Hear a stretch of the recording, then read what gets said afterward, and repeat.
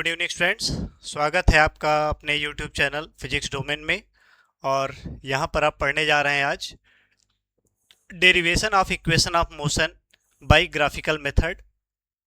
यहाँ पे हम ग्राफिकल मेथड से हम डेराइव करेंगे इक्वेशन ऑफ मोशन को। ये वेलोसिटी टाइम कर्व है और ये वेलोसिटी टाइम कर्व देखिए कैसे प्लॉट किया गया है, कैसे ऑब्जेक्ट मूव करता है और कैसे हमने इसको प्लॉट किया है।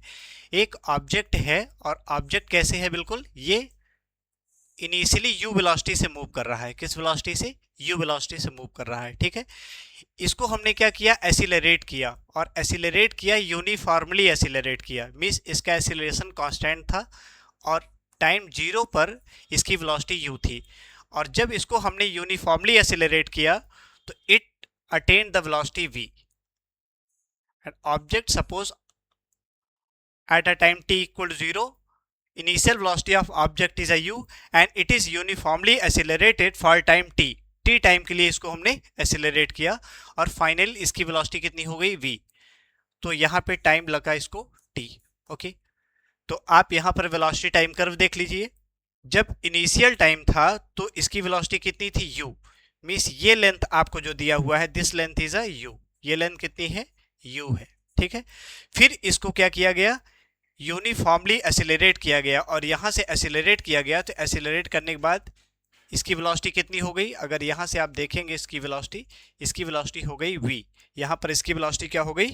v। ओके, तो यहां पर आप देख लीजिए इसकी जो है वेलोसिटी कितनी हो जाती है। यहां पर वेलोसिटी u थी और ये फाइनल वेलोसिटी यहां से यहां तक की जो लेंथ है आपकी बेटा, ये लेंथ कितनी है आपकी? This is v। ये लेंथ कितनी हो गई आपकी? v। ठीक है, ओके। और कितना टाइम लगा? ये टाइम t लगा। यहां तक टाइम कितना लगा? t। ठीक है, तो और टोटल डिस्प्लेसमेंट इसने जो कवर किया, इसमें इसमें यहां से यहां तक चलने में इसको डिस्प्लेसमेंट कवर हुआ s। ठीक है, तो यहां पर आइए सबसे पहले हम first equation of motion derive करने चल रहे हैं। ठीक है, तो आप हेडिंग डाल दीजिए first equation of motion.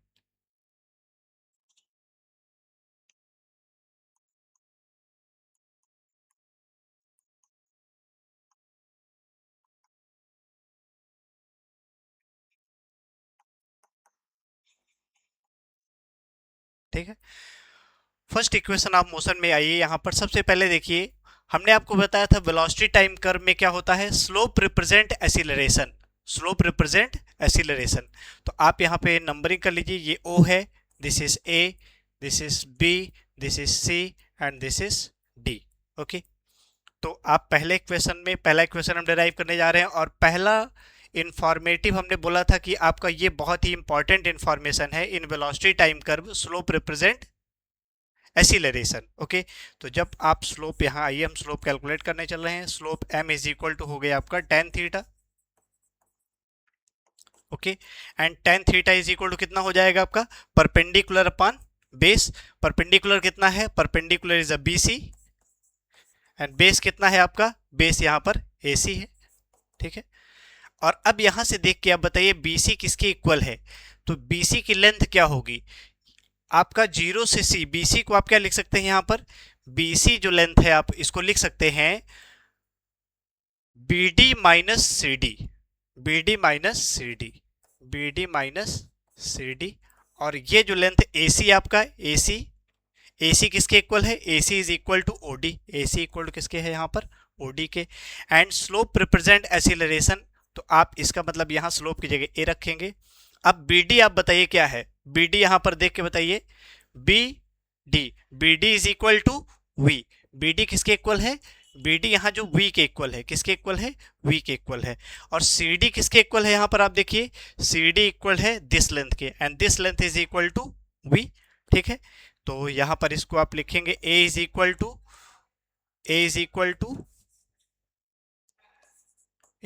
To V minus U by T. और AT इज इक्वल टू हो जाएगा आपका AT is equal to V minus U, या V इज इक्वल टू हो जाएगा U प्लस AT। तो इस तरीके से आप first equation of motion derive करते हैं। किसकी हेल्प से? ये डिराइव करते हैं आप, मैं यहां पर इसको लिख दे रहा हूं। ठीक है, वहां पर स्पेस नहीं है।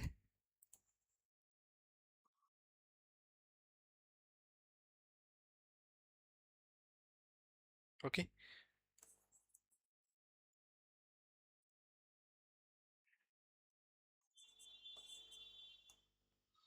This is A. तो ए इज इक्वल टू हो जाएगा आपका v minus U by T, या A T is equal to v minus U, और v is equal to u plus A T. This is first equation of motion. ये क्या है आपका first equation of motion है, ठीक है। अब आइए हम second equation of motion prove करते हैं, ठीक है। लेकिन इसको प्रूव करने के पहले इसको हम इरेज कर देते हैं, ठीक है।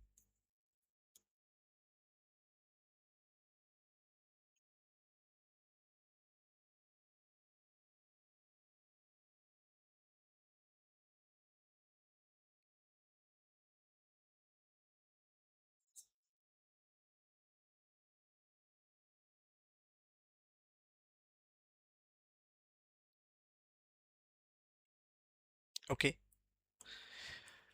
ये है आपका यहां पर second equation of motion.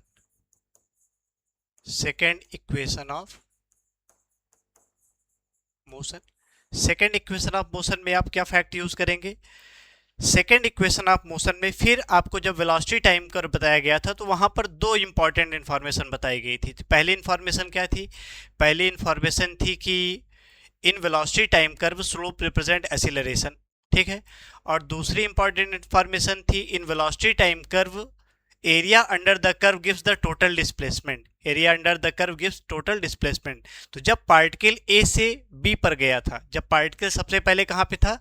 Particle सबसे पहले ए पर था। जब पार्टिकल पोजीशन ए पर था आपका, तो उसकी वेलोसिटी कितनी थी? उसकी वेलोसिटी थी u। लेकिन जब पार्टिकल आपका कहाँ पे पहुंचा? पार्टिकल आपका पहुंच गया बी पर।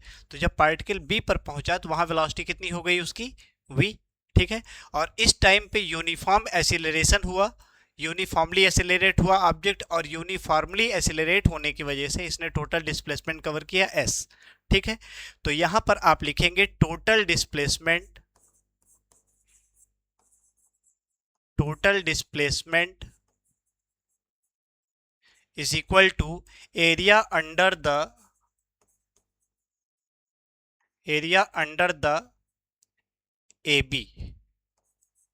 अब यहां जरा देखिए ए बी के अंडर में कौन सा एरिया आ रहा है, ठीक है। तो ए बी के अंडर में यहां जो एरिया आ रहा है उसको आपको ध्यान से देखना है। ए बी के अंडर में आपका दो एरिया आ रहा है, ठीक है। कौन कौन सा? एक तो ये ट्रायंगल आ जा रहा है, ये भी ए बी के अंडर में है, ठीक है। और दूसरा एक रेक्टेंगल आ रहा है। मीन्स अगर इन दोनों एरिया को मैं क्या कर लूँ? ऐड कर लूँ। टोटल अगर एरिया, अगर ट्रायंगल का एरिया हम कैलकुलेट कर लेते हैं और इस रेक्टेंगल का एरिया कैलकुलेट कर लेते हैं तो हमें पता चल जाएगा टोटल डिस्प्लेसमेंट, ठीक है। तो आइए इसको हम कैलकुलेट करते हैं।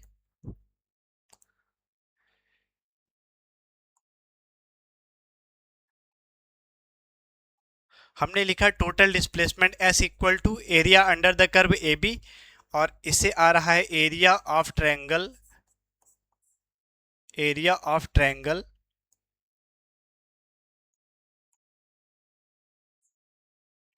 Area of triangle A B सी।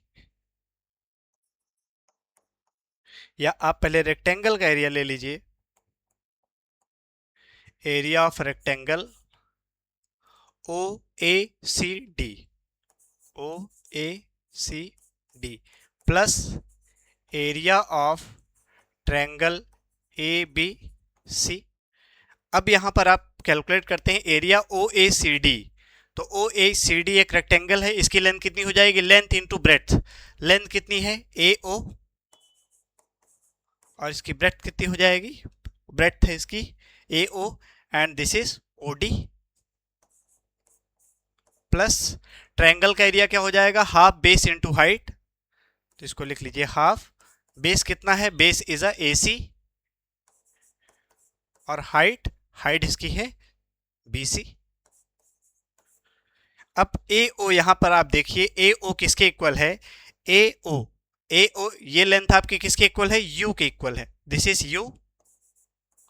और O D, O D, O D किसके इक्वल है? That is T, okay. Half A C, आप देखिए यहां पर this is A C, A C is equal to O D which is equal to T.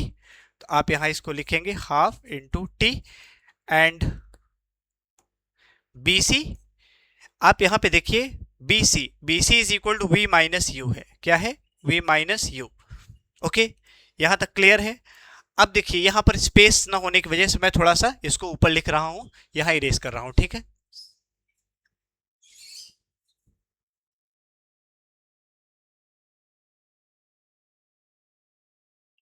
आइए यहां पर इसको नोट करते हैं, S equal to U T plus half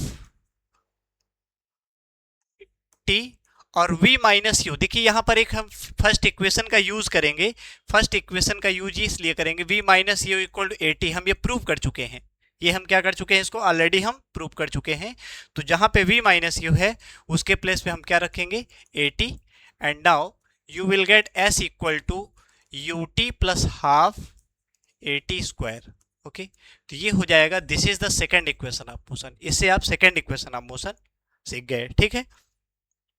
और इसी तरीके से आप थर्ड इक्वेशन ऑफ मोशन देखेंगे। थर्ड इक्वेशन ऑफ मोशन बहुत आसान है, बिल्कुल काफी मैच करता है इससे, ठीक है। तो हम कैसे प्रोसीड करेंगे वहां पे आइए उसको देखते हैं, ठीक है। इसको फिर से हम इरेज कर रहे हैं, ठीक है।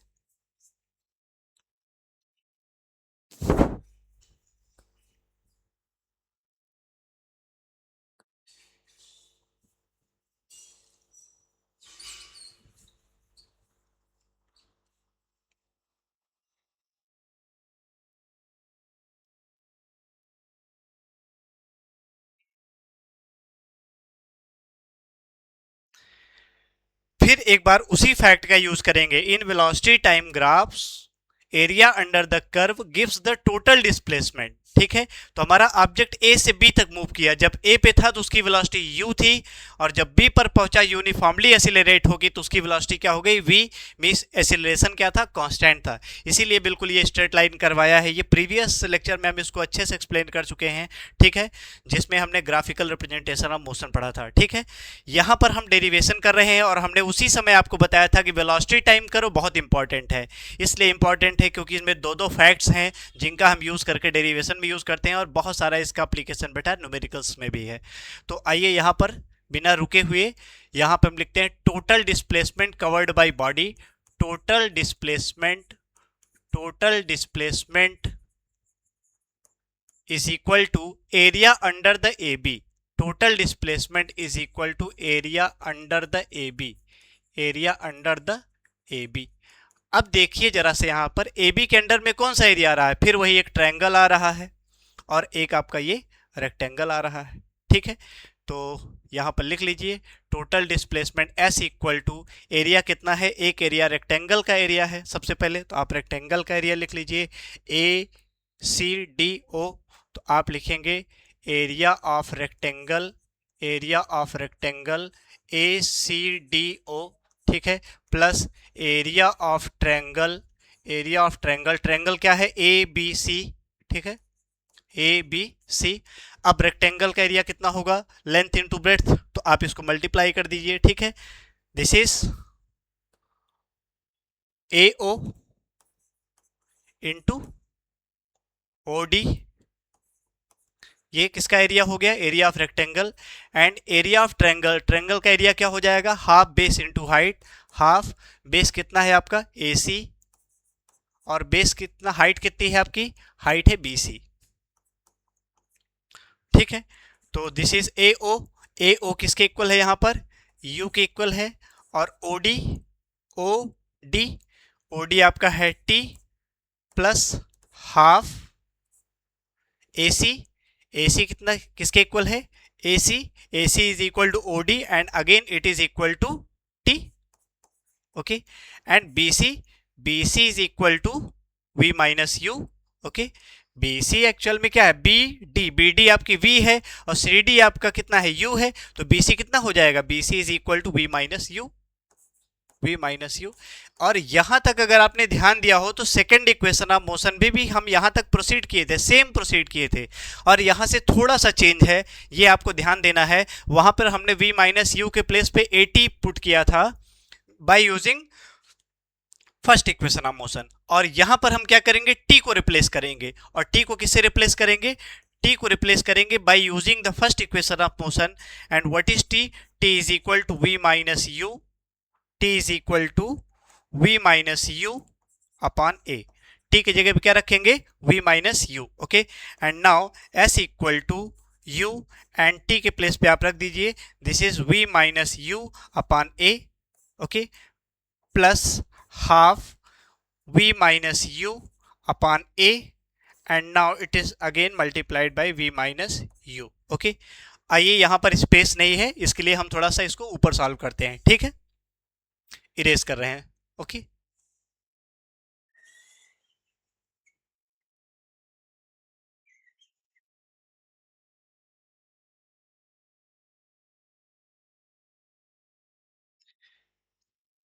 s इक्वल टू, इसका आप अंदर मल्टीप्लाई कर दीजिए, U V minus U square upon A plus half V minus U to the whole square, या इसको आप लिख सकते हैं V minus U to the whole square upon 2a, upon 2a, ठीक है। और यहां से फिर अगेन 2a आप क्या ले लेंगे, एलसीएम ले लेंगे, यहां से a से डिवाइड करेंगे, this is 2uv minus 2u square plus ये a माइनस बी का होल स्क्वायर है, v square plus u square minus 2uv, okay.